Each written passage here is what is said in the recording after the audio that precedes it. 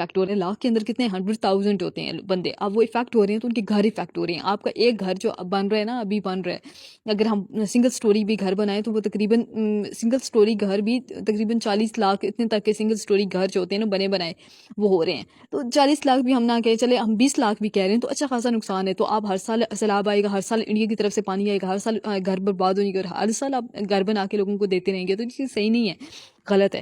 تو آپ کو کیا کرنا چاہیے, آپ کو یہ کرنا چاہیے کہ آپ اس چیز کا سولوشن کی طرف جائیں. ٹھیک ہے, آپ یہ جو نقصان ہو رہا ہے اس کی پر بات کریں, ان کو سمجھائیں کہ یہ کوئی طریقہ کار نہیں ہے کہ کبھی آپ کی مرضی ہو تو آپ پانی روک لو, کبھی آپ کی مرضی ہو تو آپ پانی چھوڑ دو, جب آپ کو ضرورت نہ ہو تو آپ چھوڑ دو, اور جب آپ کی مرضی ہو آپ روک لو. تو یہ کوئی طریقہ کار نہیں ہے کہ پراپر ہم سیٹ اپ بناتے ہیں اور ہم اس چیز کو لے کے چلتے ہیں. اگر آپ یہ سب کرو گے تو پھر ہم بھی کریں گے.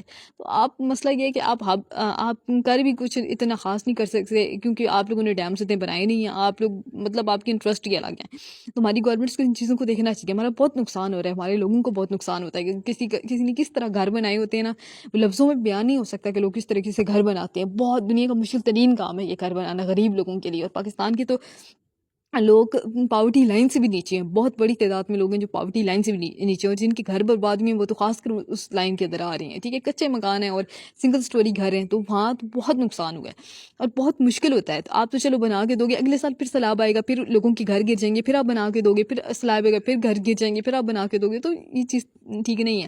اور صرف گھروں کا گرنا نہیں ہوتا, آپ کی جو زمین ہے نا جس کے اوپر یہ فلڈنگ ہوتی ہے, اس کے بعد زمین آپ کی نکارہ ہو جاتی ہے, بنجر ہو جاتی ہے, آپ اس کو یوز نہیں کر سکتے.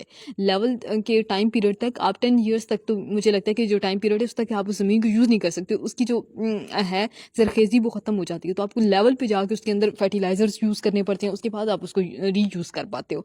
تو بہت نقصان ہوتا ہے. یہ چیزیں نہیں ہے کہ صرف گھر ہی گرتے ہیں, انفراسٹرکچر آپ کو تباہ ہوتا ہے, پھر دوبارہ سے سڑکیں کی طرف جاتے ہو, سڑکیں بنانی ہیں ہم لوگوں نے جی, ہم لوگوں نے الیکٹرک جو سسٹم ہے وہ سارا کا سارا الیکٹریسٹی سسٹم ہمارا برباد ہو گیا, ہم لوگوں نے ٹھیک کرنے, ہمارے پل گر گئے ہیں, ہماری سڑکیں برباد ہو گئی, ہمارے گھر گر گئے ہیں. تو یہ ساری کی سارے بہت بڑا نقصان ہو رہا ہوتا ہے. تو آپ کو کیا کرنا چاہیے, آپ اس کے سولوشن کی طرف چلے جائیں. آپ دیکھیں کہ کون کون سے مسئلے ہو رہے ہیں, کیا کیا پرابلم ہو رہے ہیں, ہم اس چیز کے سولوشن کی طرف جاتے ہیں. ہم بات کرتے ہیں انڈیا کے ساتھ, جی ہمارا نقصان ہو رہا ہے, یہ کوئی طریقہ کار نہیں ہے, اس چیز کے سولوشن کی طرف جاتے ہیں کہ یہ مسئلہ ہے, اس مسئلے کو ہم ایسے حل کرتے ہیں.